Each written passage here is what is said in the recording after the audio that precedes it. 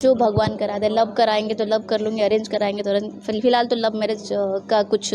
जी हाँ दोस्तों, तो अरविंद अकेला कल्लू जी की शादी के बाद डिम्पल सिंह का भी बन गया मूड, क्योंकि वो भी करना चाहती हैं शादी। तो उनका कहना है कि अभी मेरी ज़िंदगी में लव मैरिज का कोई भी सिचुएशन या कोई क्रिटिकल नहीं बना है जिससे मैं लव मैरिज पर हावी हो सकूं।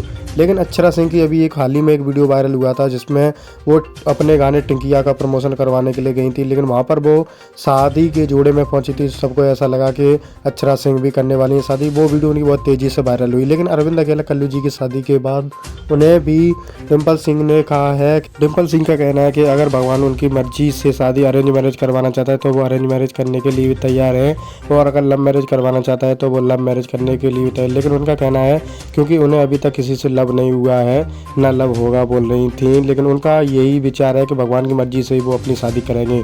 तो दोस्तों, आप इन स्टारों के बारे में क्या सोचते हैं कमेंट में ज़रूर बताएं, और चैनल पर नए हैं तो चैनल को सब्सक्राइब करना ना भूलें और बेल आइकन को प्रेस करें ताकि आपको हमारी तरफ से ऐसी खबरें मिलती रहें।